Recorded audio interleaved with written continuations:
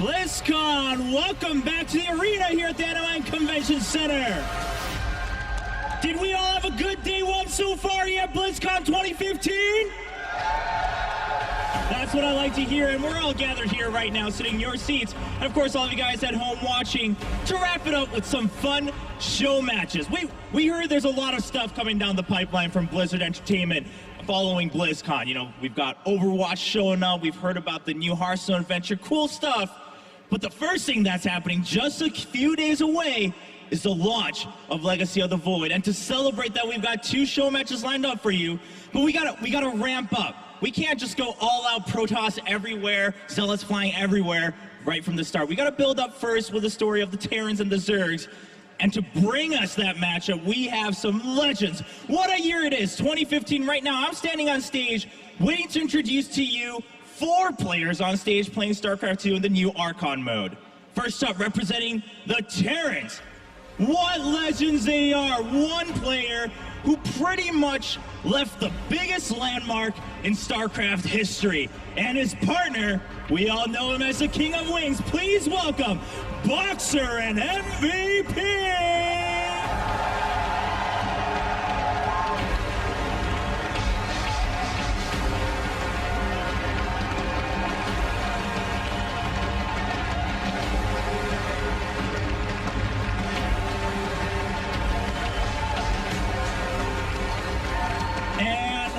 Opponents just as exciting, representing the Zerg race.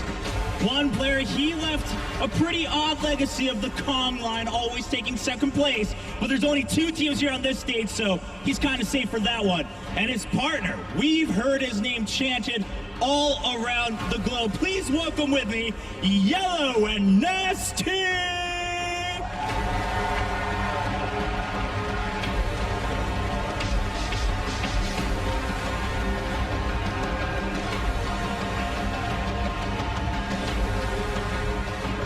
I can feel the thunder in this room from you guys, and I'm sure all of you at home are just excited. I won't keep you any longer. Ladies and gentlemen, let's get ready for this legendary best of 3 Archon mode show match.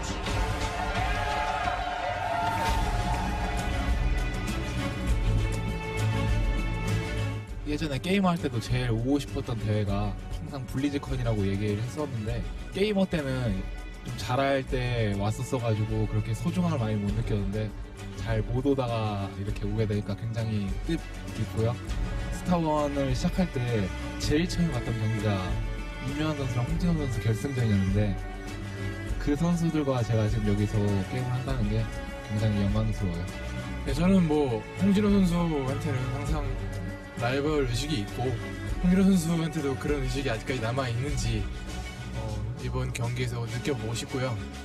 임재석 선수한테는 자유연예계 시대 때 제가 진 빚이 있어서 이번에 이제 그 둘한테 참 좋은 기회가 되지 않을까, 저에게 있어서는요. 무대도 예전에 제가 블리즈컨 우승했을 때보다 훨씬 더 커지고, 요한 형이랑 이렇게 경기하게 돼가지고 뭔가 나중에 자식을 낳으면 자랑할 수 있는 무대일 것 같아요. 네, 초반에 끝낼 수 있는 그런 러시는 최대한 자제하려고요. 왜냐면 공허의 유산 시연회이기도 하고 제 개인의 욕심만을 모두 충당하기에는 좀 지켜보는 눈이 너무 많기 때문에 이제 중후반 들어서는 이제 저한테 상당히 유리하기 때문에 중후반까지 가지 않은 선에서 이제 공허 유닛을 많이 보여줄 계획입니다. 저도 공허의 유산 나오면 다시 게임을 하면 좋을 것 같다라는 생각을 많이 하긴 했었는데, 디스크가 좀 있어가지고 아직까지는 잘 모르겠어요. 경기장이 우리 한국 게임 팬들이나 게임 선수들한테는 정말 로망 같은 그런 분위기예요. 그래서 이런 분위기에서 게임할 수 있게 제공해준 블리자드에게 감사하다는 말 드리고 싶고요. 최선을 다해서 좋은 경기를 할 수 있도록 하겠습니다.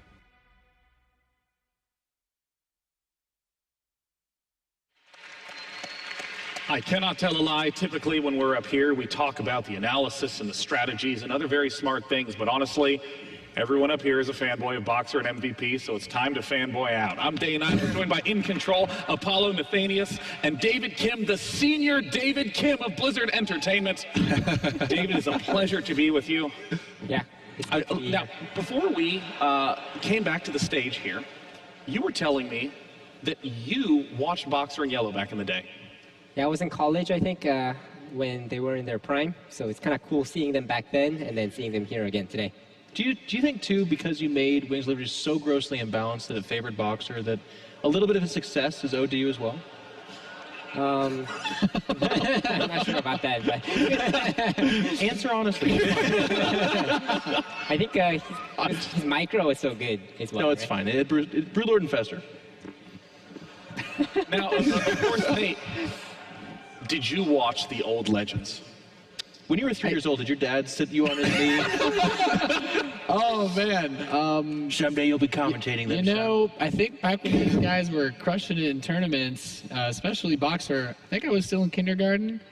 We didn't have access to whatever streaming platform you guys used in there. What'd you do in kindergarten? What did you study?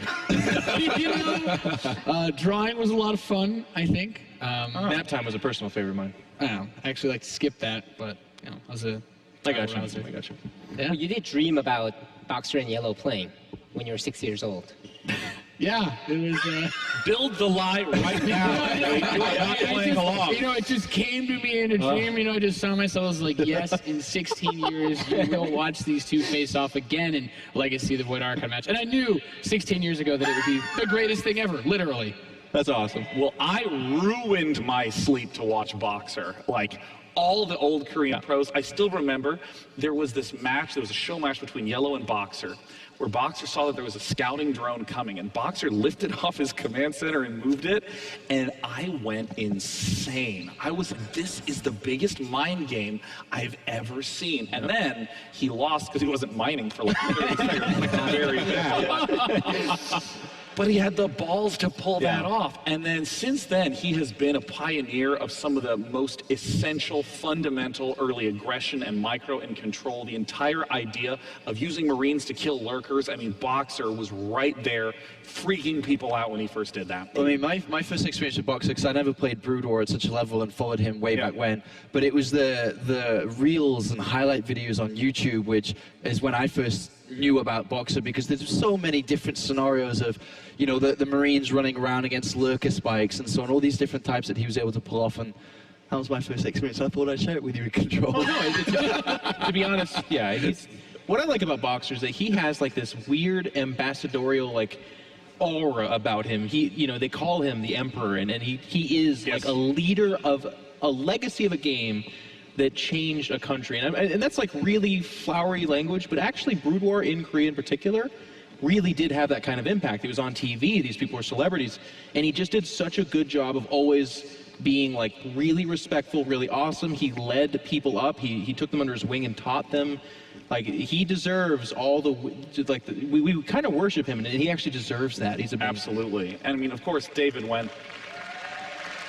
Thank you. I mean, it will be hard to find anyone who does not believe in the legacy that Boxer created. And of course, David, someone on StarCraft Reddit 2 does. Coming out.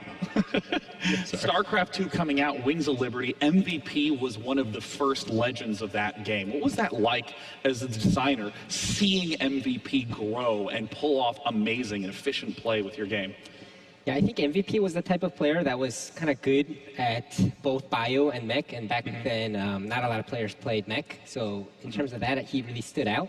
And then not just that, but I think the best three players in Wings were MVP, NesTea, and MC, and it's cool seeing all three of those players here today.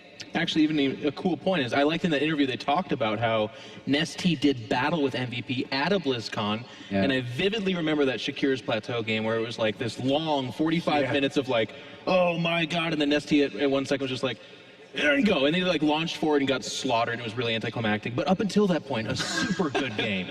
Yeah, it was legendary. Were there ghosts involved in that game? It was every single Terran unit involved in that game. Yeah, wasn't he nuking expansion? It was just, I remember a big missile turret line in that game too. a gun line. It was cool. So Nate, you were in kindergarten then as well. It's just actually, you know, we're gotta worried get about back the schedule here, so I didn't, you know, miss my curfew. But no, watching MVP's games in Wings of Liberty, that was it. As a young noob Terran player, you like, man, if only I could be this good. And then you see like these guys basically, they're so good at the game, everything that they touch also gets nerfed. You're like, I want to try that ghost strategy. No, he was so good at it, they realized it's completely broken. So.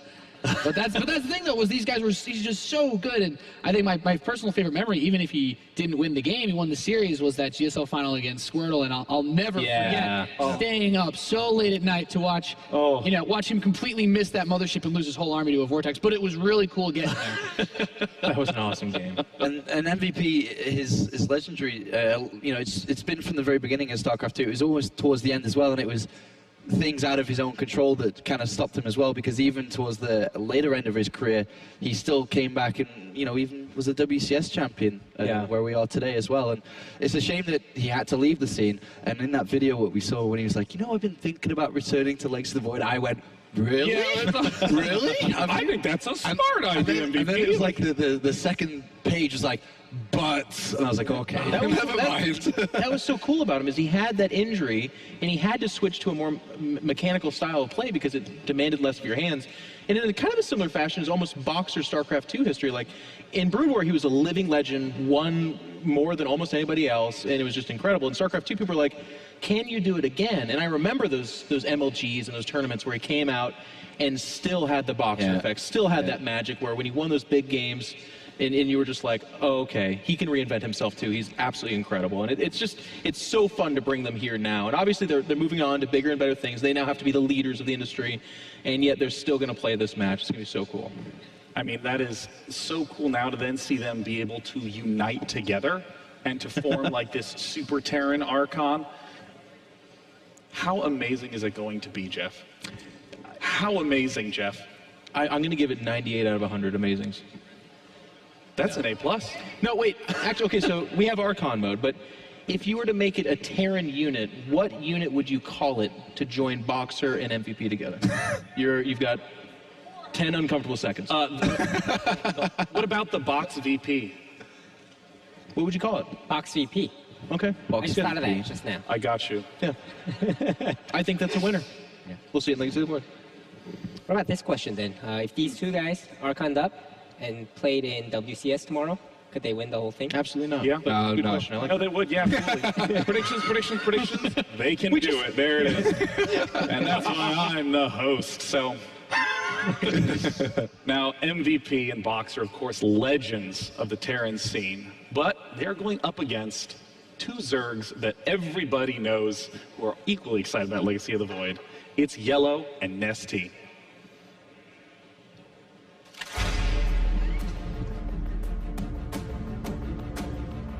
제가 지금은 은퇴를 했지만 제가 다시 프로게이머가 오늘 된다면은 여기 계신 현존하는 프로게이머들 전부 다 충분히 이길 수 있을 것 같고 내일 대회 상금 3만 불, 10만 불 그 주인공 아마 제가 되지 않았을까 그런 생각합니다. 그 해외 대회 나오면은 굉장히 아직도 잊지를 못해요. 팬분들이 정말 환호를 많이 해주시고 되게 그리울 때가 많아요. 이게 일단 베타가 나와서 일주일 만에 그랜드마스터를 찍었고 다시 한번 도전을 해볼까도 생각은 하고 있어요. 근데 아직 좀 더 게임을 해보고 그때 가서 생각을 해볼 생각이에요. 저는 콩나인이 다시 한번 생성이 된다는 게 자랑스러워요.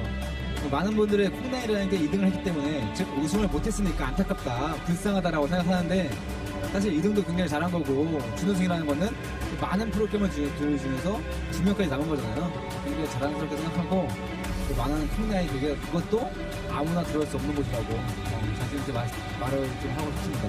아토시스가 뭐 반갑다고 하는데 저도 되게 반가워요. 한국에서도 예전에 선수 할 때는 계속 술도 먹고 같이 많이 만나서 어울렸기 때문에 또 이게 원하면 미국까지 와서 다시 보니까 기쁘네요. 이번에 새로운 패치가 되면서 럴커가 새로 나왔어요. 그전에는 처음에 없어져가지고 굉장히 아쉬워했는데 다시 나와가지고 너무 반갑지만은 아직까지는 이제 몇몇 게이머들은 럴커를 뽑으면은 진다라는 말이 나올 정도로 좀 상황이 좀 많이 좀 필요성이 달라요. 그래서 어떻게 써야 할까 정말 좀 연구를 해봐야겠고 어쨌든 열커가 다시 나왔다는 게 굉장히 좀 반갑습니다. 이번에 새로 나온 유닛 중에서는 탈모사가 좀 스킬이 좀 하나 더 생긴 게 공중 유닛으로 이제 싸울 때 굉장히 좀 예전에 스타1의 이레데이 같은 그런 테란의 그런 느낌이 들어서 탈모사가 짱인 것 같아요 지금.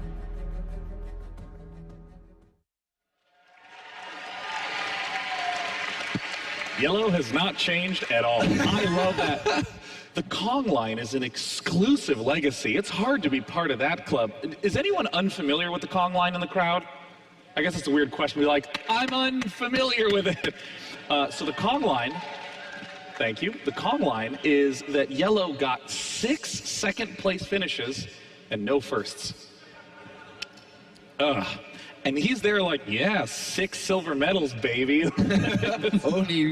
Only a few of us have that. Yeah. Look at this kid getting knocked out in the round of 4. Can't join the Kong line.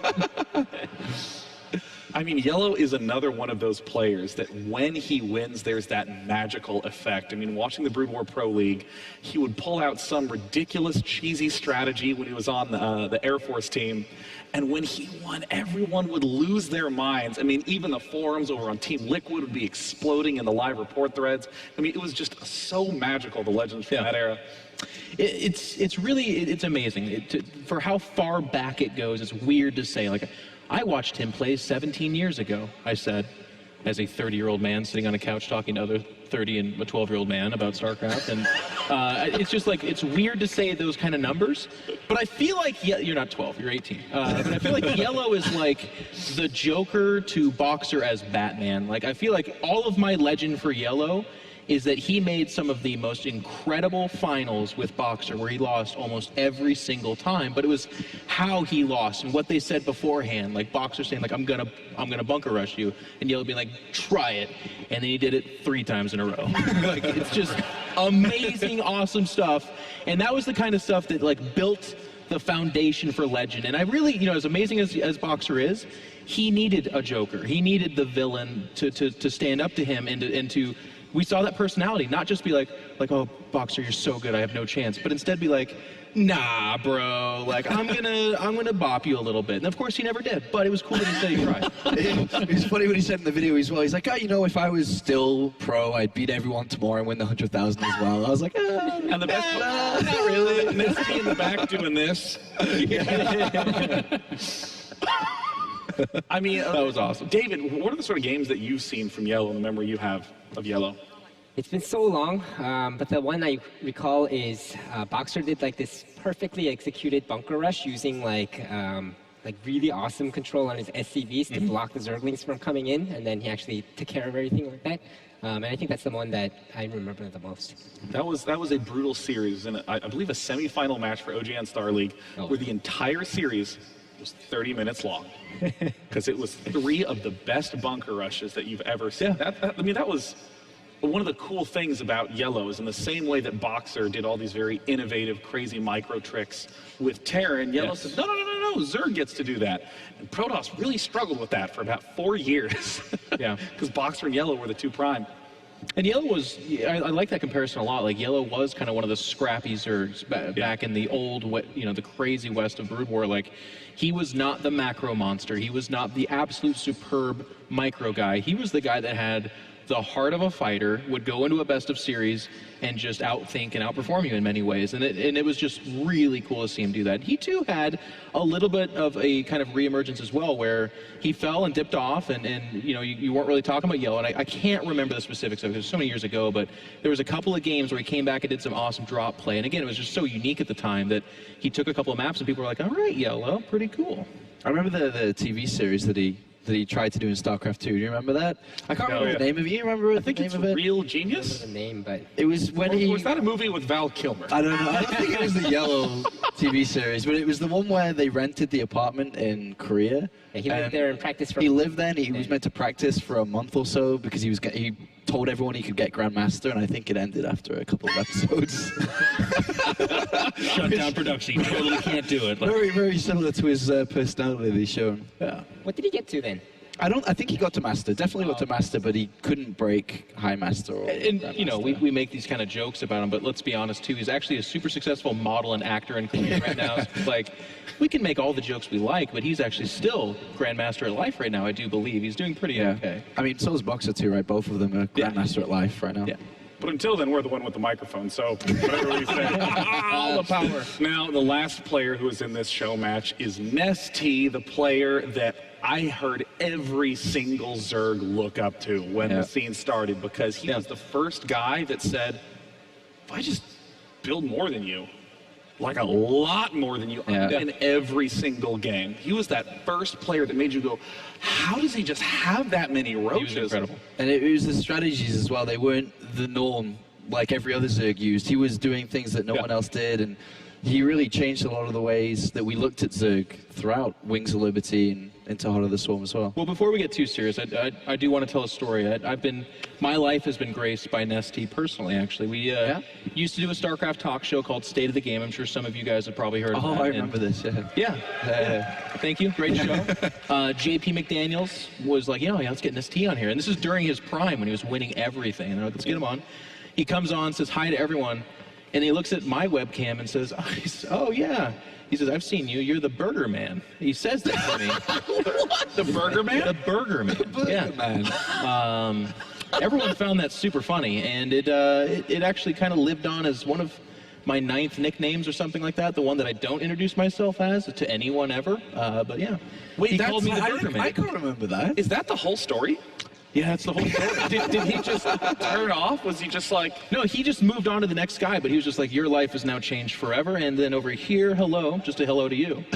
Still life changed forever. On Reddit for like the next 6 months, people are like, oh yeah, Burger Man, there you are. And I'm like, thanks guys, actually, I'm more than that. Jeff, thank you so much for reminding me. What a generous reminder that was. Well, if I make fun of people as much as I'm going to, I gotta accept it as well. That's my NesTea story.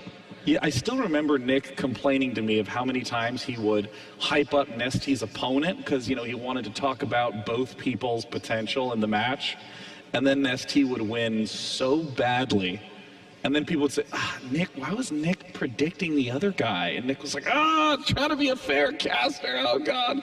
They ended up calling NesTea like the creator of the universe, didn't they? Wasn't that the joke at the end as they just started just hyping him beyond hype? They were just like, all right, he's the creator. I think one of the most excited guys in this room has to be Artosis. I mean, he was talking about it backstage a lot. Of my memories, of NesTea in the early StarCraft days, I wasn't always doing this casting. I was just like most of you guys probably watching online, trying to watch all the best games, and they're actually with NesTea and Arto, just the so many banelings, man. It's like, it will forever be in my head.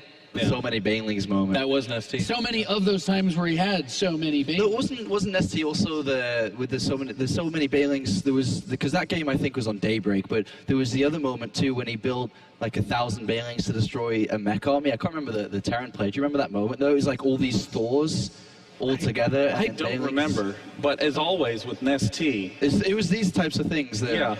Who would think to destroy a mech army it'd be full banelings, right, David Kim?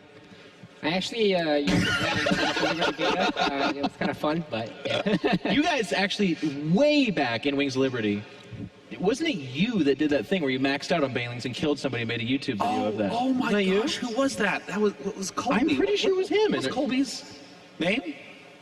His real name's Colby, but he had an online persona that I can't remember. Oh gosh. I'm gonna try. It was like David's like, there's been so many people I've terrorized and so many banelings. Yeah. Who could ever pick one game out of all of them? What does NesTea mean to you as a player, David?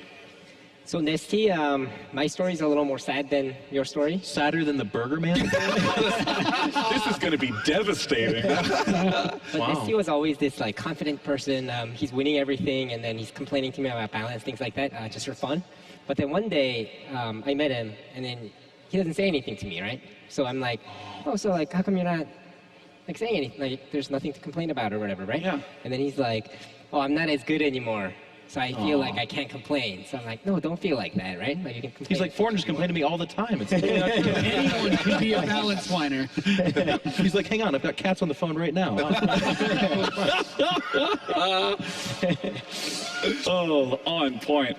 Now, we've been talking so much about these individual players, but they're here to play in the Archon mode, for the Legacy of the Void show match. This is not super serious, as you might imagine. But I'm curious, how does the design change when there are two people able to control one race? I mean, obviously, 1v1 is the format that everyone looks up to, but when you took two Grandmaster level players, mushed them together at the Red Bull Archon tournament, the results were insane. People doing remarkable stuff. I mean, how does the design change knowing that you can have two people controlling an army? So I think we've definitely seen the early stages of it, like you pointed out, but we haven't seen enough to make a clear call on whether Archon mode is going to be the same sort of esport that 1v1 is.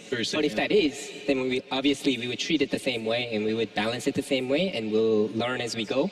But for now, we'll just have to see. Tell me about sieged tank drops. Do you think we'll see them at least? Also, real quick, why not have Dark Archons in the game, just at all? Do you think? Are they not in the campaign? I'm just teasing you, man. It's not... Do you think we'll see siege tanks being flown around a lot by these two? I hope so, because it is one of the new changes that we think is a little bit on the stronger side. Yeah, for Archon mode especially, like the hardest, it was like the coolest thing when the beta came out. It was like, oh, I could drop tanks, and then you realize you have 10,000 minerals back home. You're like, you do actually have to macro as well, and that's what you've got MVP for. And we do have our worries for siege tank drops in TVT, but since it's going to be a TVZ, I don't think Protoss here. Problematic. You just build Vikings. It's okay. Is it like brains and muscles? Is that what we're going to see? Like Boxer and Yellow are the guys thinking, and then NesTea and MVP are the guys executing? I mean, they'll have to break it up. That's what's so cool about Archon mode. Like, that's what we would think. Like, Boxer's known for his micro, but MVP's the more storied SC2 player, I suppose. So who do you give that role to? Yeah, that's what's so cool, is especially seeing the opportunity for players to have each of them controlling one of those harassing forces and the main army. I mean, that's especially what's interesting in the Zerg Archon mode matches, where it's so potent to have sharp focus on just 20 Zerglings. Yeah. And if you have two of those troops moving around as well as a main force, that's really scary. Yeah, we've seen some absolutely incredible things here. What is the most insane stuff that you've seen in Legacy of the Void, like the sort of combo Archon-y stuff? I mean, the most insane as it gets, really, is I think is what the Terrans can do to each other. Some of my favorite games that I've seen have been some TVTs and Archon matches, just where you've got people trying to juggle their Vikings against the Liberators, sieging positions where tanks are, and using medevacs to move the tanks out of Liberator positions. And for TVZ, I think that's equally applicable, because you can have things like Ravagers taking shots, and you need someone that can move those units in and out. For me, it's all about the harass, because you can, while that's happening, you're going to miss like 3 other engagements happening you didn't even realize were possible. Gosh, 2001 to 2012. That is about twice as long as StarCraft 2 has existed. Publicly, I know you didn't happen the same day. I mean, it's just so cool, the lineage of StarCraft, though. Like, we got to see Boxer in StarCraft 2. We saw him in Brood War, and now we're getting some fun here in a show match, entering into Legacy of the Void with Archon mode. I actually, like, I'm really actually excited for this, because Archon mode, and Nathanius has casted a few Red Bulls with this too, it's actually really fun and cool. Like, let's be honest, none of these guys are grinding up that ladder 9,000 games or anything like that, but with them all combined, it's going to be a very skilled, awesome game. It's going to be really fun, and not just because they're all legends. And these players are almost ready to go. Our last player being introduced on the screen right there is NesTea. I mean, the creator of the universe himself being paired with the guy who has no titles but was still really influential. Yeah, hugely influential. And it's actually kind of a cool thing too, because it's a little bit of a difference from, I'm gonna get way off subject real quick. In Brood War, it was all about winning the titles. Or no, in StarCraft 2, it's actually all about the titles, but in Brood War, you could actually have a legend kind of outside of that. Yellow is kind of proof of that. Yeah, I mean, especially with the Pro League structure, there's the NBC Star League, the OGN Star League, all the dual tournaments were constantly broadcast. Just a good run was huge, because we would sit and think about that for like 6 months until the next big tournament. It's gigantic, it's weird, it's different. I mean, this is I'm just really excited, actually, because I mean, this is the sort of a moment where you really get to see players eager to test, to explore a little bit more. I mean, the number of players that I have heard personally say, even before they step onto the stage, like, hey, I'm really nervous about this match. I'm just gonna go standard. I mean, I've heard that 1,000 times. I'm just gonna play standard. I'm just gonna do my normal thing. Like Archon mode says, no, don't do that. Do something a little kooky. I mean, the Oracle trap. Yes, Stasis Ward's so cool. In fact, I kind of want to ask you, like, what is the like composition you're most excited to see, like, in specifically in Archon mode with 2 people controlling an army? What do you look forward to? So for me, I think it's not less about the compositions, but more about what we found internally whenever we play test in Archon mode is if one person just focuses on multi-prong harassment throughout the course of the whole game. So the goal here is not necessarily to end the game or kill a lot of stuff, but just to have both sides alive and harassing the whole game makes it so difficult for the other side. So I think seeing something like that would be very cool. Especially knowing the personalities of these players, that is no doubt what we are going to have in store. The match is now loading. Ladies and gentlemen, it's time for game 1 of this best-of-3 show match between MVP+Noxer versus NesTea+Yellow. Take it away, commentators. It's time for the first ever Archon mode show match. Legends from Brood War and StarCraft 2 facing off. I have no idea how this is going to look. I have no idea what they're going to do. Well, I do. It's going to look amazing. They're going to do awesome because these guys are so great. I'm really excited. This is like the perfect experiment to have here. We have these 2 players, or these 2 teams, I should say.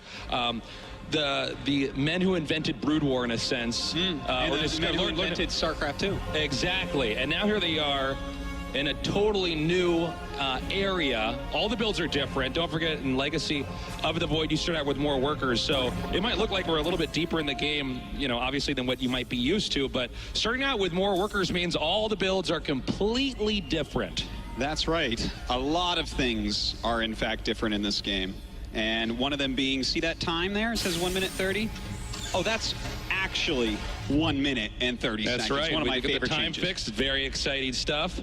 We have a little bit of info, and we just discovered this right before the game started because we can see the in-game chat. Yes. And so they were talking about, they were talking to each other. Apparently, at least for the start, it looks like Boxer is going to be focusing more on the micro and attacking the other player, and then MVP is going to focus more on the build for the start, and on the other side it'll be Yellow focusing more on the micro, and then NesTea on the macro. Now I don't know how long that'll actually go for. I'm not sure they know how long that'll go on for, because it'll eventually be a lot of jumping around. I think what David Kim said back there was really interesting about if you just keep harassing them. I mean, it's so hard to keep up. One thing about one-on-one StarCraft is that it's almost impossible to keep up entirely, so it gets so tough. And when there's 2, you can have a lot more action like that.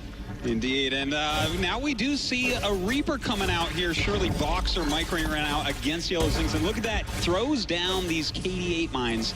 And these do some area damage, I guess. Area effect damage, yeah. Makes everything jump in kind of a funny circle around it, but it only does 10 damage, so it's not too much. It's kind of funny looking, but it is a hell of a lot of fun to watch and play with. Yeah, you can definitely relocate those workers, and then you can punish from a totally different angle. So we see those being chucked out right now. The Queen bouncing up in the air. Another command center here being made, macroed out by MVP. Meanwhile, over here at the ramp, more harass is continuing. Boxer looks like he might be trying to dive in here to the main of the Archon Zerg. Well, looks like the Ling's going to chase him back for the time being. Those mines do come up every 10 seconds or so. So, see, they do go down again, and bam, the drones get thrown off here once again. And by the way, guys, before this gets going too quickly, make sure that you jump on Twitter and go hashtag MVP+Box if you think they'll win, and hashtag Yellow NesTea if you think they'll win, so you can see what people are thinking. Looks like this Reaper has maybe coming to an end. No, just in the last second, managing to not escape. Gun down there. So far, solid defense there by Yellow. It was cool to see the new Reaper harass be exhibited in a way. Yellow 1, Boxer none right now. Kind of a reversal from before. That's very true. It also, with these 2 guys here together, I am actually wondering, just because the game's going to slow down just for a second here, How does this look when it really starts to pick up? Because you can't just have one person macroing all the time and one person microing all the time, right? Eventually you might have to cut the map into, okay, like you focus more on the top part or just the drops, or I'm going to focus on the ground army. I'm not sure. Yeah, I think it's kind of cool, and part of the style of different Archons is like how they're going to split that up. Like if you're being multi-pronged harass, why not put one guy defending one area and one guy defending the other area? That's definitely a possibility, and I'm sure during later battles that we are going to see both players controlling those battles to try to make sure that they just crush it. By the way, a little bit of old school flavor here, scouting barracks. That was used much more back in Brood Wars. We're seeing kind of a fusion of two styles here to poke out. Meanwhile, going back into more of a StarCraft 2 traditional style, we see the Hellions coming out here and trying to drive back the Queens and then ideally eliminate the creep on the map. Now, guys, this is the Cyclone. It's like a mobile Scud missile launcher, and it can log on to things. Right now, they're upgrading its damage overall when it does lock on. When it locks on, it can move while firing, and it does a lot of damage, especially to armor. And over there, we do see, of course, the Ravager. It comes out of the Roach. Something you can actually morph into, kind of like a Baneling, but it doesn't die. It does shoot those things up into the air, which land and do a lot of extra splash damage. It's called Corrosive Bile, and it's definitely something you want to dodge.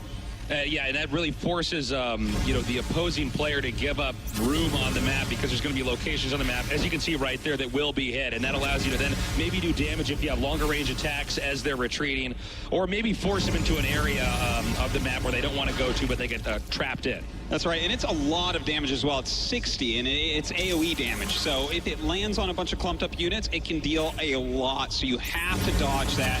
They still do a lot of damage, about 16, shoot a little bit slower than Roaches, though, so you don't want to fight heads-on just like that. He's going to have to pull back for now.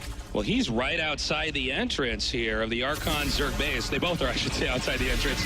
And it looks like all that they can try to do right now, Yellow, just trying to blast them back as far as possible. We had an interesting mech push. I'm curious how effective this will be, not just in Archon mode, but, in the matchup in general as the game develops further. But he does have SCVs here to repair this. Well, right now we do have him pushing this back still. A lot of harassment going on. These SCVs, of course, on auto repair, trying to keep everything healthy there for Boxer, stealing a little bit of that MVP economy. Important to note, speaking of economy, it's 3 base versus 3 base right now. So while this aggression's going on, the Terran army has actually managed to stay even on bases with the Zerg, which, regardless of what version of StarCraft you're playing, is always a bad thing for the Zerg. Yeah, certainly it is the case. And I do notice that so much can happen in Archon mode. Look at this. We've had non-stop harassment this game while they're still expanding all over the place. They're both over 100 supply, despite the fact they keep losing units. Yeah, it's pretty neck and neck, and take a look here. Yellow might actually loop around now. He does have some lings on the outside. It looks like those lings are actually going to be barreling over here towards this expansion. Indeed, they are. We're going to have to see what type of damage that they get done. Will MVP be able to deal with that? He doesn't really have a lot of units to work with because Boxer has taken them all to the front. That's absolutely right, and this is going to be a huge problem right now. As you can see, they're just taking so much damage, not much to defend here, and losing these workers is going to be a big problem. The push still continues on the entrance. It does, and we see right now Boxer does have to back up, takes a lot of damage there as MVP takes the Hellions away to defend against these Zerglings. And that was a great interruption there by NesTea+Yellow to get that over there and slow us down. And this push is really thinned out. I'm not entirely sure these 2 Cyclones are going to be able to do much more damage. Yeah, I think that at this point, these 2 lone Cyclones not going to be able to do a whole hell of a lot. Zergling's going to be a pretty good counter to them overall. They're really better against bigger units, in lower amounts because they are so good at single target damage. So something like Zergling's going to be a great counter to this in the future. Yeah, I think you're completely right. But so far, unless he switches into those Zerglings, they're going to be able to still keep doing more damage. Again, with perfect micro, you're not going to take damage as long as the stats are proper, that you can actually run and hit while they're not hitting you. So you can see really a lot of abuse being dealt out here. And look, he's using the barracks so he can still see those Roaches, and he can still deal this damage and run away. And yeah, every now and then the Roaches are getting a kill, but oh man, they run too far into those Widow Mines, and Yellow is just hemorrhaging these units. Again, barracks spotting, not common in StarCraft 2, but much more common in Brood War, actually, because it was so cheap to just have a barracks floated over there, even if it's taking damage, instead of just scanning up there. And that seems to pair well with the Cyclones right here. Well, right now they are pushing for it. I'm very excited to see these Vipers come into action shortly here. I love that Boxer just wants a lot of Cyclones. This is like one of the matchups that I haven't seen him as much in, but I guess it's working out right now, dealing a lot of damage to these Roaches. We were actually talking backstage. We weren't sure what the role of the Cyclone would be, but it's very exciting to see it being used here now like this. Although these Roaches now pushing Terran back all the way to home here. Meanwhile, Link's harassing over here in the upper left. Taking a lot of economical damage maybe coming up here. Still, we do see the Cyclones, though, pushing back these Roaches. Another expansion going up now for MVP. In the meantime, NesTea already has his 4th up. Kind of a never-ending engagement here in the center of the map. And, oh, looks like he didn't quite time that out right. He was probably trying to preempt the movement of the Cyclones, then hit them there. But not so effective. No, not quite. You see a lot of damage actually dealt on both sides there. Lots of units have gone down. Still trying to hit with crossfires. You got to be careful with those. Don't want to hit yourself, but does push them back for the time being. More and more mech units coming out now for MVP and Boxer.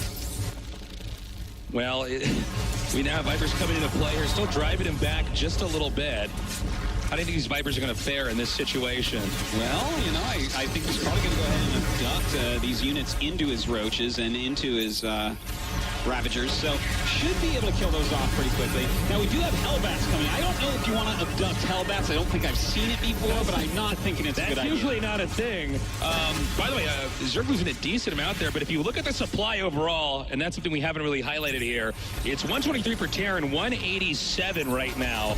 You know, for Zerg. So watch how much he kills with those Cyclones. Doesn't seem like that would be the case, but it seems like there's always a very small number of Zerg units, but then when you actually look at the numbers of it, the game's almost stopped Zerg from making any more. Well, when you've already created the universe, is it that hard to create 200 Zerg supply? Oh, beautiful hits there with the Widow Mines, really punishing NesTea+Yellow and forcing them back. Well, right now we do have those Hellions going around the map, starting to poke all over the place. We might have these two both starting to micro a little bit if I had to guess, but you know, Boxer's a quick one. He can probably keep on top of quite a bit, and we do see now that some Liberators are going to be joining the field shortly. Also, let's point out here, the minerals are mining out very quickly, and that's another feature here in Legacy of the Void, is that you have to take expansions much faster. Oh, beautiful, harpooning the Cyclones in there and punishing them. I don't know if MVP Boxer should be pushing this much further. And by the way, on the map in the center left, Creep has been pushed all the way to the ideal available Terran expansion. So Terran unable to get there. MVP Boxer going to have to fix that. Very cute Creep spread there, sneaking its way around. But in Heart of the Swarm, the Creep stays a lot longer. Here it recedes twice as quickly. So when you clean it up, not as much of a big deal. Now, we do see these two Liberators have come into play. These are an anti-air flying unit, which does splash damage. So they're very good against pump units like Mutalisks. And then they can also go into Defender mode here, which does high single target damage. See these circles? They can hit everything in there, and you want to stay away with that. Yeah, away from that. They deal so much damage. Very tough for Zerg to deal with in that situation. Hard to get in there, and if you overextend, you're obviously going to be punished. And as you can see, you can begin to leapfrog forward and slowly push into the Zerg's territory. By the way, it looks like Terran in this game wants to push into the Zerg's heart and take out the main base versus trying to go crushing expansions. That can always turn into a game of whack-a-mole. Indeed it can. And right now we do have Ultras popping out. Chitinous plating is almost done, and that is different in Legacy of the Void, guys. It gives them +4 armor, which is a lot more than +2. The Ultras are way better in Legacy of the Void. But at the same time, you got to think, you know, the Cyclones would be quite good against Ultras in this situation since they can kite endlessly. Well, especially since they get that plus damage versus armor, they're going to just destroy Ultralisk so quickly. Really what I feel like is missing here from Yellow and NesTea is a bunch of speedlings to help surround these Cyclones and knock them out. I think you're completely right, Artosis. I think you got to remember that, you know, as great as these new units are and the new abilities that come even with some of the older units or new features in them, you have to combo that with more of the basic tier 1 units. I mean, Ultralisks are just not going to be good. They're never good unless there's Zerglings there to pair with. Indeed the case. A couple Zerglings do pop out, but it looks like right now we do have this natural hatchery being taken out. It was almost mined out, by the way, because the mineral patches are slightly different. Can't get into that right this second because we do have a counterattack here. Not a very scary one, though. 3 Roaches and 2 Ultras. It's pretty minimal. Also, it looks like Terran may or may not go into the main or may just go for the other expansions here. If Terran does go to the main, all this tech is going to be destroyed. We're already seeing the beginnings of that. Yeah, those Liberators entering defend mode. You can't run through there. Look at that, how quickly they deal that damage in defender mode. It is absolutely crazy. Those shots have 85 damage apiece. So they will fry anything that runs underneath them. Yeah, it's definitely a moment where you're not allowed to make a mistake there. They are glued in where they are, though. When they go in defender mode, they cannot move around. So something like Corrosive Vial, very easy to clean them up with. You just have to hit them with about 3. Well, at this point in time, at least all production coming from the main can't really get out of this ramp. You know, it's going to be tough, especially if, you know, our Terran players are our one Terran team. MVP+Noxer keeps reinforcing this area, but there's almost not much left here. Yeah. Oh, I spoke too soon, actually. There's plenty over there. So he can still keep pushing up into the main if he wants. Well, in the meantime, Hellbat's kind of cleaning up this bottom right. There's another Zerg base down in the bottom left, though, and things are not really looking that good, I would say, for Yellow and NesTea here. You know, a fragmented Zerg is not a healthy Zerg, and the fact that there's no circulation between a bunch of the bases that NesTea and Yellow have here means that MVP+Noxer could keep choking off different areas, keep quarantining different spots on the map, and then punishing accordingly. Right now we do have the Infestors coming down, trying to help this out. At least they're hitting some of these bases. Really the top 3 bases in the top left here for Terran is mined out as well. So if they can get rid of that bottom mining base, then suddenly the economies are somewhat even. But right now the supply way in MVP+Noxer's favor. Well, let's also note something here. Not only is this expansion in trouble and the bottom left, but also center left. I believe that's been lifted off. If we can yeah, so they've actually, excuse me, it's very different casting in Archon mode. They've actually relocated that command center here. But this may become somewhat, not of a base race, but them trying to stamp out each other's expansions. Yeah, it's kind of a base trade. It's like this weird rotational base trade that we're watching right now. Things going wrong all over the place. And this is something that's kind of funny as well for you know, Archon mode, is if you get into one of these low economy situations where you're trading bases, suddenly you have 2 people basically just microing the whole time and trying to use their brains together. What do we do in this really weird situation? Yeah, this is going to be tricky, especially when you consider all the new units and the fact that they're both having to multitask different things and communicate with each other at the same time. Well, right now, it looks like this base will be going down as well. This is going to leave just that bottom middle one. He is making some mutas to go there, but Cyclones, of course, can hit air, so should be able to clean those up pretty easily. Keep in mind the Spire is going to be taken out here as well. Every time Zerg loses a tech building like that, it's going to be problematic. And Zerg with limited options, and Terran with a healthy and complete main here in tech tree. I mean, they could switch whether it's new units or old and continue to punish Zerg. Indeed, they can. But right now, these mutas actually catching a lot of these Cyclones. But still, the Cyclone splitting there was absolutely phenomenal. Yeah. Forking them out in different directions. It was a great way to punish them. Oh, man, I can't wait for the Battlecruiser Tases. They can teleport now. It is pretty sick and very exciting. Takes a lot of mana, though, so we'll see if we get to see it this game before it ends. Yeah, we'll have to find out if NesTea and Yellow do play it out to the bitter end. I mean, to be frank, there's not a lot of expansions here for Terran. So, and also, as far as minerals go, it's not like they have a lot in the bank. So, you know, a few mistakes or miscontrol or miscommunication here by MVP+Noxer, and maybe, you know, they can pull a miracle out here. Mm-hmm. Well, the mutas flying around. We'll see what they can get. Oh, that is a lot of Cyclones finding these mutas right now, and they are going to try to get out of there. A few of them do make it out, but they are red in the face right now. Yeah, they got beaten up pretty badly back there. We see the battlecruisers now coming out over here, moving across the map. Zerg's down to what? A completely like ghost town base, if you want to call it that. And then at the bottom right here, the bare bones of an expansion with no real, nothing there really to defend it. Yeah, it's pretty rough. It looks like it should be cleaned up pretty quickly. And GG is called. GG. All right. Really interesting stuff. You see MVP and Boxer, they're smiling. Yeah. What are we talking about? They're both like, hey, just like the old days, right? Well, that was quite a fun little match to start off. You know, I would say really the problem that was there, because for a little bit, Yellow and NesTea together got way more supply, but eventually got picked apart, and I think that a lot of that has to do with not countering that new Cyclone unit that well. It might also be supply balancing. I mean, there was a period where Terran was on, what was it, like 110 supply? And, yeah, and quite a while. Zerg was, I think, at like 185 or something like that. But it's, you know, people can, you know, joke about, you know, how on earth did that happen? But when you don't know how to balance in economically, the new units, the prices of them, how to keep that war engine going, that can be tough. Of course, that Zergling counterattack kind of really bringing them back into it a little bit. We see here, now these are the exact units that Cyclones are going to be pretty good against. You know, he's trying to showcase some of these new Ravagers, and there you go. That type of link flank is what you want. But with those Hellbats come up, of course, as we all know very, very well, Hellbats do destroy Zerglings. Yeah, and that's why they're going to combo well with those Cyclones there. And I think maybe a little bit too heavy with Roaches here. It baited in there. That was pretty brutal. Yeah. Roaches, I think, definitely not the answer to Cyclones, at least as far as we can tell in this current state of the game. Certainly. And, you know, while Ravagers can be very, very good here against Liberators, a few missed shots, maybe not targeting it down as quickly as it needed to be, running too many of these units through with high health, which the Liberator just absolutely destroys. Yeah, and that really goes to show you, you know, Zerg has to deal with that. You can't just allow them to get you into that position, because otherwise Terran can really isolate and quarantine different parts of the map, and there's not a lot you can do. No, certainly not. I hope you guys are enjoying this Legends show match.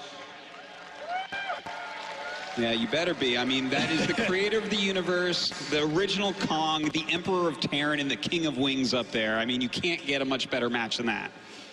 We are going to be going on to our second match shortly. If you're just now joining us here for StarCraft 2 Legacy of the Void at BlizzCon, this is the Archon show match with the Legends. One for Terran from StarCraft Brood War, and then one from StarCraft 2 for Terran, and then Brood War Zerg Legend, Brood War, or StarCraft 2 Legend. And it's going to be really interesting as we go into Game 2 to see how they develop and see what strategies they're going to use. It's not just about how much they understand of the game and how they micro and use the new units. It's also how they communicate.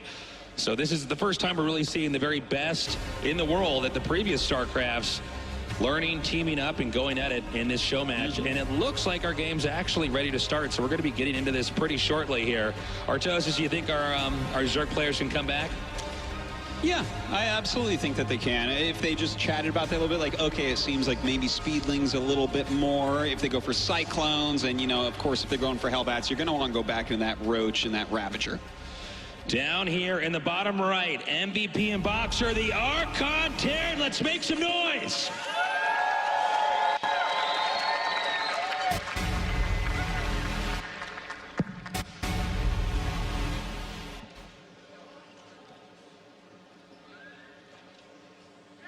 And, okay, here we go. Over here in the upper right, NesTea+Yellow. Let's give it up for the Archon Zerg.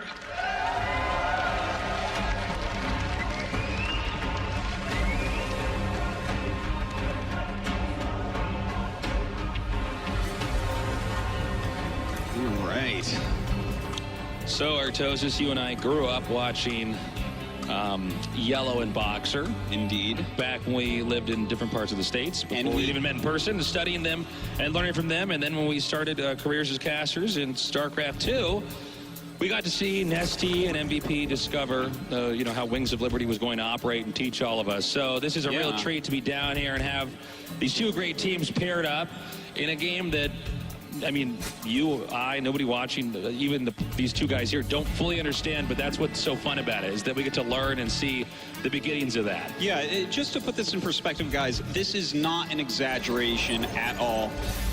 Boxer and Yellow made all of the foundations of Terran and Zerg in StarCraft 1.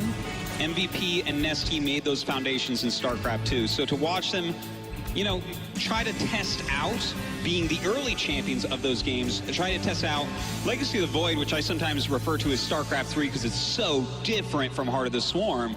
I mean, that is a treat indeed. These are some of the smartest, best players when a game is young. You know, what's interesting about this, too, is we don't normally see, as when you meet a lot of StarCraft players, you and I can agree with this, we didn't play a lot of team games growing up, right? We wanted to play by ourselves and have it rest on ourselves. So this is going to be interesting for them, see them interact. And already, by the way, here with the Reaper Rest, great control there by Boxer coming in there now. Reapers, straight up, that is a buff to the Reaper, that mine. So it is going to be a little bit harder in Legacy of the Void to keep your stuff alive against Reapers, which is a good thing because normally at our top pro games we see no drones killed every time. It also seems like, the Reaper can actually shove back the Queen to allow the Reaper to escape again and come back in, which is pretty important because occasionally Reapers get zoned into a corner and then picked down. Yeah, and it's based on where the mine explodes, it's very predictable where the units will go from it. It always works in the same exact way if they're right next to it. I can't wait until we see someone with like 10 Reapers move a Queen into the middle of the map. It's going to be hard, but someone's going to do it. Yeah, it could happen. And I will watch that GIF every day. Looks like the Reapers might be trapped here. Going up onto the high ground. Gotta be careful. Looks like these Lings are gonna close in. Will the last one get away? And it does. All right, well, and it tries to get away again, and it does. And it tries to get away, it does not. Pretty crazy. And that's the kind of micro you can see when one player's back at home doing all the production, the other one's out doing all the controlling. Well, right now we do have some Hellions out on the map as well. Definitely not the same unit as the Vulture, but something that Boxer definitely can use to some great extents. Get some damage done on that drone line perhaps coming up. Let's also keep in mind with the positions here, well, hold that thought. I was going to say maybe we'll see a different build here, but now we see double engineering base. So that tells us we should have a very different approach here from our Terran players, focusing much more on bio. Well, I tell you, that's really what Boxer's bread and butter is. This guy is like the original Marine King, okay? He is the one who learned how to micro Marines and get the most out of them in StarCraft 1. So to watch him use that here again, that's going to be awesome. But hold on, this is pretty crazy. We got a Nidus network coming up here. That's right. The Nidus worm has been changed as well. When it is hatching in your enemy's base, or I guess wherever you really want to put it, yeah, sure, it can't be targeted. So no matter what, it will finish. And they have to make the choice. Do they kill what's coming out or they try to target it down? And this can be a big threat, especially if you're one of these Terrans that are turtling, because initially it was so easy to just stop a Nidus from coming into your main if you were just being vigilant. But now it's going to be much tougher, and that might change the whole way that Terrans have to turtle. They may be forced to engage a little bit more. Well, right now we do have that Nidus worm going on. Oh, that's a cute location, too. That's just out of the way of everything, close enough that it could be a total disaster here for MVP Boxer. Yeah, they have no idea, and there you go. They know now. They're not sure exactly where it is, though, and looks like you're going to start popping out these queens, lay down some creep tumors, get that creep spreading. Of course, creep spreads quicker in Legacy of the Void, just like it goes away quicker, so definitely something to keep in mind here. Well, it looks like NesTea+Yellow should be able to actually isolate the MVP Boxer here from that third base for sure, but with the Ravagers coming in here, he can actually start poking into the expansion. There's really not a lot that I think Terran can really do at this point in time, at least if they're taking into bio. It's almost like they get to function like siege tanks, the Ravagers do. Well, he definitely killed that SCV dead, but has to go home right now to defend against these Hellions. Doesn't want to lose a whole bunch of drones. And in the meantime, those queens taking a lot of damage. Someone does grab them and moves them back. In the meantime, these Hellions will get cleaned up, but that is a lot of creep at the front of MVP Boxer's base. And that and the Hellions can't really do any more damage. They've been cleaned up, so all you have to do now is relocate. And okay, no, he's just transferring those drones. I thought he might be doing something crazy, sending them through and doing some kind of a spine crawler push with us. But no, he's going to go ahead and then push these back out of the Nidus and actually just start assaulting the bunker. And this is a real problem. You look at the amount of damage this does. The bunker can't do anything. Yeah, indeed. And, Corrosive Vial actually has a very quick cooldown of 7 seconds, so you're going to be able to use a lot of that. And even if SCVs are repairing, of course, you can target where those SCVs are standing. That's something we've seen pros trying nowadays during these Roach Ravager busts. But in the meantime, we do have these Marines coming out, picking off that Nidus Worm and nothing's around, and will clean up this creep as well. Nicely done here. We have scans going down to the creep, and I think that was a smart move there. Good communication by NesTea+Yellow to deem that strategy not working anymore. Good pullback for sure. Yeah, because if there was any disagreement there, that would have just completely fallen apart. Now they're not giving up. but I believe MVP+Noxer, the combined instinct, aware of that coming there. Nicely timed out, gets that. Meanwhile, an attack over here at the top center. A lot of damage being done here to that third base location. All those drones being cleaned up. That hatchery looks like it may be going out as well. Roaches and Ravagers coming in to try to push them back, but it looks like it could be too late. Just in the nick of time, the hatchery's taken out. Now making a beeline over here to the second base.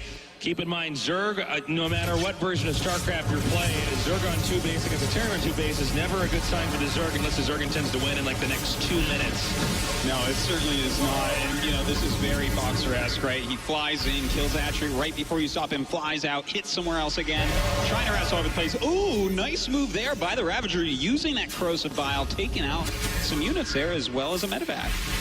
All right, stimming coming up here now. And looks like the medevacs are just going to go ahead and loop back up and hide up into the main. And this is a really cool technique here. If you could time that out right, which unfortunately wasn't done by NesTea+Yellow, you could definitely hit units that are trying to chase you. Yeah, it's actually such a cool ability. It has so much, like it zones a lot, it does a lot of damage if you use it just right, you know, which is very hard. I think it's a high skill cap spell to cast. But it definitely can have a lot of impact on the game. And the drop again coming over here. I think one problem the Zerg team might be facing, that's NesTea+Yellow, is that you know, the Ravagers, even though they're very strong, you can't split them up. It's not like a bunch of Lings, right? So yeah. Terran can really outrun the Zerg most of the time in this situation, with especially with boosted medevacs. Yeah, they can, and we see another drop going off here into that main base. Another small change that I should mention to you guys is the Marauder now has a double shot, which is just like a slight nerf. It means that basically like armor is a little bit better against it because it'll reduce 1 more damage per shot. Yeah, that actually adds up, especially when you get to the higher levels. By the way, that hatchery not going down. Yeah, good save MVP+Noxer deciding, you know what, it might have been a little bit tougher to calculate due to the new changes in the game, but better safe than sorry. Picks back up and relocates. As long as Zerg is staying busy, Terran can focus on getting the third base up and running healthy and then economizing that further. That's right. Well, I'm looking forward to seeing what is Yellow and ST going to try next to kind of get out of the situation. I love the fact that they're adding in Corruptors right now to go with the Roach Ravager. It's a very powerful composition at the moment, or it was in the beta that was just stopped and prepped for the launch. But they also have a new ability, the Corruptors. They actually have something called Caustic Spray, which deals a lot of damage, but has a very long cooldown, and it works on your opponent's building. So they definitely can become harassment units if they're kind of being worthless paperweights at the moment, which is a nice change. And now an attack up here over in the center. Now Zerg's going to have to hold on to this base. He might want to get his army back over together. So far, solid defense there by the Ravagers. Really nicely done, taking that out. Definitely an overextension there by MVP+Noxer. And dude, that's one thing, especially if you're in Archon mode and you have 2 Terran players controlling 1 Terran. When do you stop harassing? When do you keep going forward? Because everybody is a little bit different. Some people are overly aggressive, but they make it work. Some people are more conservative. And that might be the balancing game right now that MVP+Noxer and MVP+Noxer are facing. Well, we do see the Caustic Spray coming out now from these Corruptors, and it is pretty cool to see indeed. It does only 7 damage per second for 4.3 seconds, and then goes up immediately to 35 damage per second. So you have a little bit of time to react to it, and if you don't, it is going to wreck everything.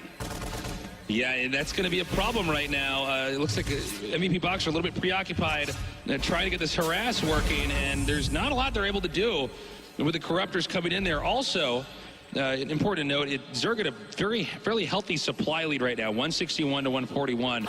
Not much mobility here for Terran, and possibly not any more starports if they're not careful. Yeah, definitely could be the case. We're going to go ahead and see those Corruptors fly away for the time being. Definitely has to be careful to keep cleaning up medevacs. Doesn't want to take any more damage there. But right now, the 4 bases of MVP+Noxer is really overshadowing what Yellow and NesTea have at those 3 bases. They're going to need to get some more economy going. Yeah, I think you're right. It's getting a little bit scrappy here. Again, bases in Legacy of the Void mine out much faster because you start out with more workers. So you have to stay on the expansion game. I know in Heart of the Swarm, we got pretty comfortable seeing players occasionally park on 3 bases for a pretty long amount of time, but that's not the case here in this game. Yeah, definitely not. You have to expand so quickly in Legacy of the Void. It's really a very fast, high-paced game. And, you know, a lot of harassment has been the norm of what we've seen when pro players have been trying this game out so far. But as of right now, we see a lot of Lings and Banes being made. Some battle cruisers as well. Would love to see some of those tactical jumps from them. Nice decision to back out there by the Corruptors for NesTea+Yellow. Looks like we also have a small attack possibly coming up here. Yep. Up here in the top center, as well as a drop over here. Let's see if NesTea+Yellow can split their multitasking and defend them both. Well, right now, stimming into this fourth base area. That is such an important base for Yellow. NesTea not able to get it up. In the meantime, they do run over here with another drop. We have those Corruptors coming back, so it shouldn't do too much damage. Looks like they're handling it just fine, and this is what's really interesting, is if you can just balance out who's doing what in this game, you could almost play, I guess you can get closer to that perfect game, right? Especially when it goes for defense or offense here, but very cool to see that, you know, NesTea+Yellow doing a pretty good job of putting it together. That being said, MVP+Noxer are just doing a fantastic job of consuming the map. I don't know if that's more MVP or more Boxer, but if you just look at the bottom of the screen, despite all battles, if there are that many more bases being acquired by Terran and Zerg can't contest it, Zerg is going to lose. Yeah, it becomes very, very tough indeed, but they have some good upgrades coming. They have a decent amount of units on the map, and the supplies are pretty close for the time being, so maybe they can get something done here, but those battle cruisers that are being made are going to be pretty scary as long as the Corruptors don't snipe them. Yeah, that will be an issue. Over here, once again, Terran just doing great, keeping that upper left quadrant of the map. Not a resource location that NesTea+Yellow can actually mine from. But nice job coming here. Oh, we have some Corruptors versus battle cruisers here. Good fight here by NesTea+Yellow. Now, it looks like they will pick those off. Very expensive units indeed, so really bad to lose. And now starting to lose some Medivacs. A little bit of lack of attention here, despite the fact that they have two players on their Archon team. But nice snipes there by Yellow and NesTea. Yeah, very nicely done. It seems like NesTea+Yellow going to try to take one of the closer expansions over here. A little bit more pushable for MVP+Noxer, although pushing hasn't been much of the game, at least this round here, as far as how they're approaching it. They've been doing a lot more drops, but I think MVP+Noxer may have to transition into that pretty soon. In the meanwhile, though, that is a lot of Banelings, and it's possible NesTea+Yellow will be gearing up for a huge attack in just a little bit. Yeah, definitely could be. That is a lot of Banelings. Now, we do see a lot of Marines being unloaded right there. Might be seeing a fight pretty quickly coming up. The Corruptors flying around, doing some harassment as well. Kind of crazy how much damage those Corruptors are actually doing. It doesn't seem like Terran has, at least for now, an easy way to chase them down and move them out. And therefore, these expansion locations, which would normally be a little bit easier to hold, are actually becoming a huge problem right now for MVP+Noxer. Well, they're doing some harassment all over the place, starting to get some damage done here. A nice place for those Marines to stand, really limiting the surface area of those Zerglings attacking them. Meantime, Banelings and Lings coming up, dealing with this drop in the main, but they do look like they're going to escape. And the Medivacs are going to go ahead and boost out. You know, in MVP+Noxer, you wipe out a base, but they get right back into it, and we're getting a lot of battle cruisers together here, Artosis. This may be a problem for NesTea+Yellow, just barely inching by on minimal resources. Yeah, especially when you consider how many bases our Terran team is taking down here at the bottom of the map. Well, I'm really looking forward to seeing a tactical jump here from these BCs. They can teleport across the map, and that is an awesome sight to behold. Of course, it does cost a huge 125 energy, so you may be able to jump there, but you can't necessarily jump back right. Well, they might not be jumping anywhere, Artosis, if this attack comes in. Uh-oh. Like two passing ships in the night on the right side of the map. The battle cruisers over here headed northbound, but meanwhile, NesTea+Yellow army headed southbound towards the center of the map at the bottom. All right, well, we do have a couple Liberators coming over here towards this third base area. Let's see if they do go ahead and set up in defender mode to try to take out a lot of drones. Looks like they will. It does take a second to set up, but looks like they will be able to do so. And the drones just not being pulled here for our Zerg team. Again, with two players in one race, you got to think they would be able to handle that a little bit better. However, at the same time, NesTea+Yellow coming in over here, doing a ton of damage. And the Wallen not going up either. Actually, the Zerg units then bleeding into the main. The tactical jump does occur as the battle cruisers come home to defend.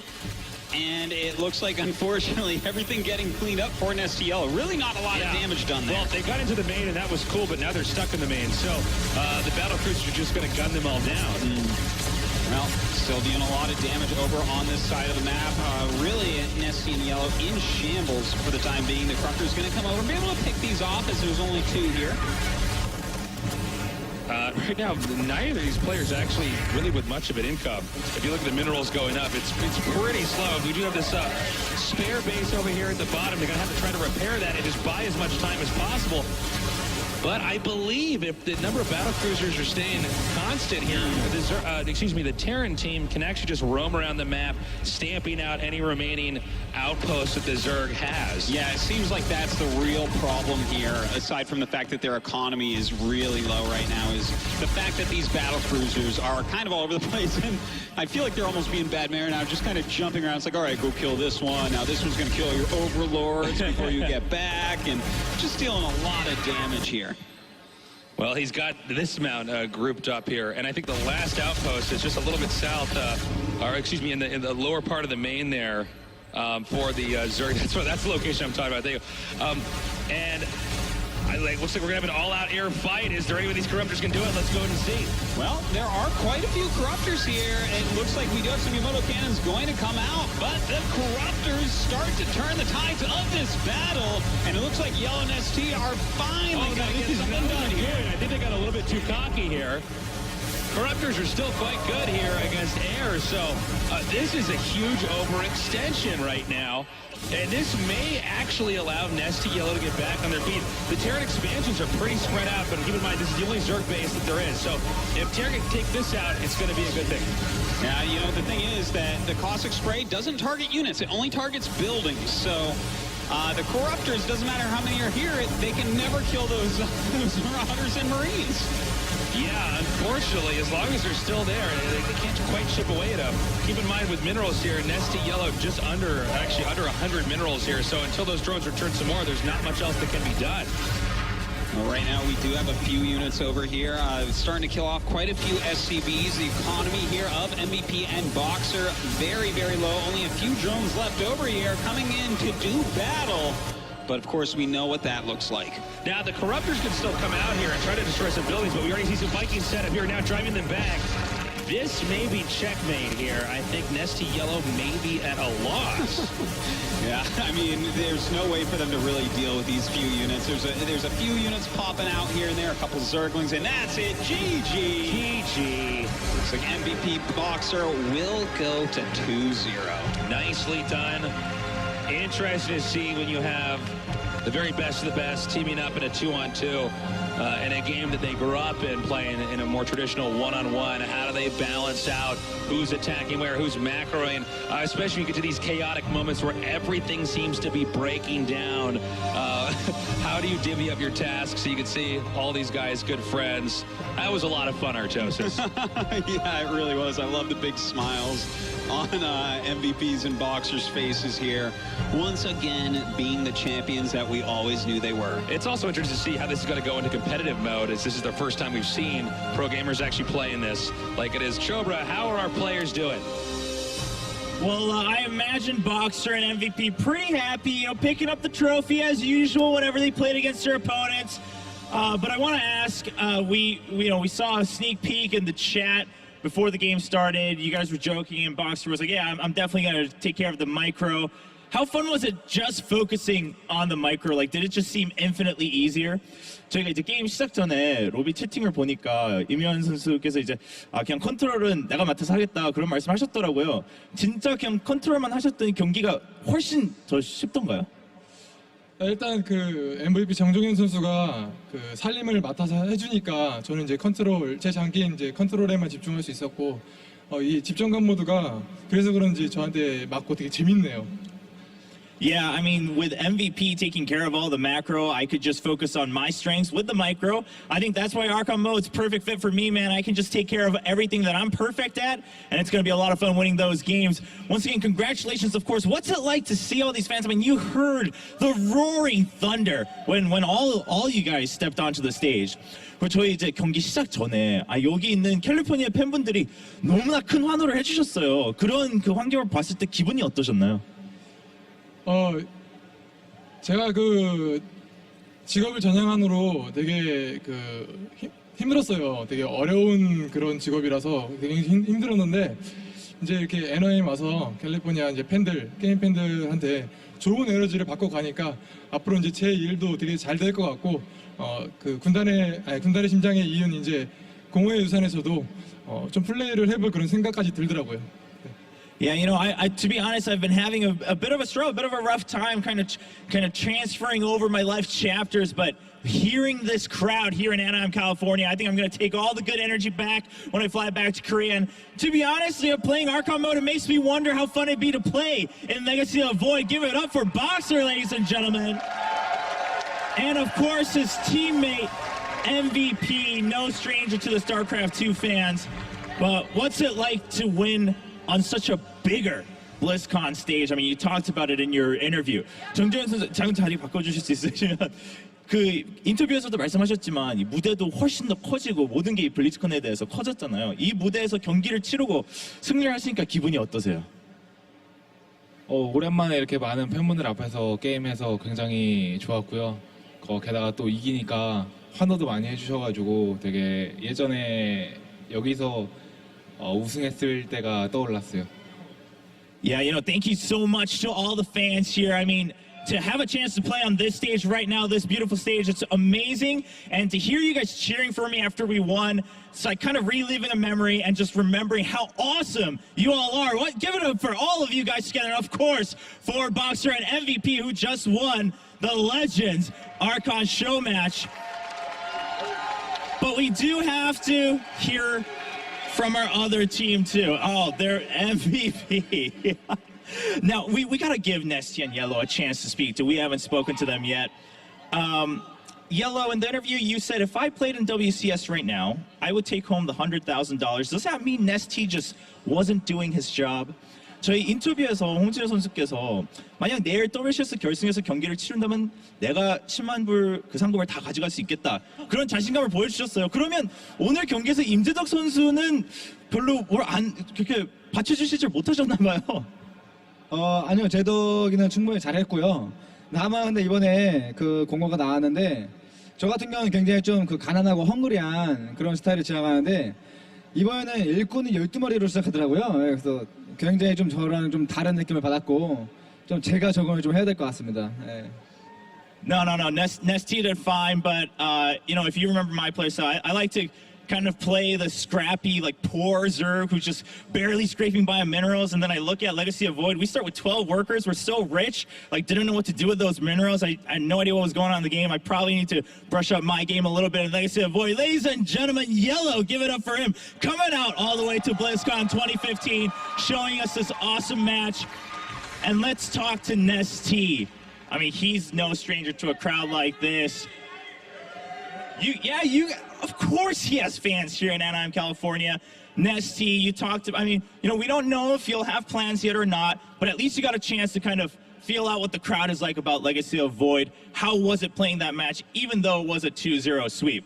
저희 임재덕 선수께서 잠깐 자리 바꿔주실 수 있으시면, 아직 계획은 없지만 정말 공허의 유산을 해보니까 다시 정말 선수 활동을 하고 싶을 정도로 재밌다 그런 말씀해 주셨는데 오늘 그래도 이런 쉬운 경기를 해보셨을 때 기분이 어떠셨어요?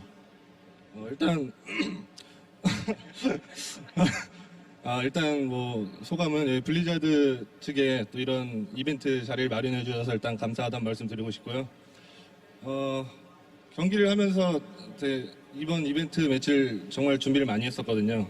약간 호흡이 안 맞아서 조금 아쉽긴 한데 신 유닛들이 많이 나오니까 이것저것 할 재밌는 분들이 많아서 다시 한번 도전해보고 싶은 욕심이 생기네요. Yeah, well, first of all, I mean, huge shout out to Blizzard, of course, for bringing us out here, giving us a chance to play on this stage.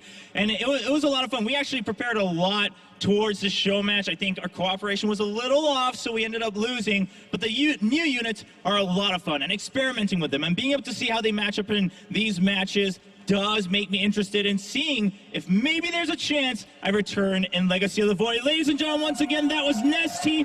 Give it up for all 4 legends for coming out here to Anaheim, California to grace us with these beautiful matches.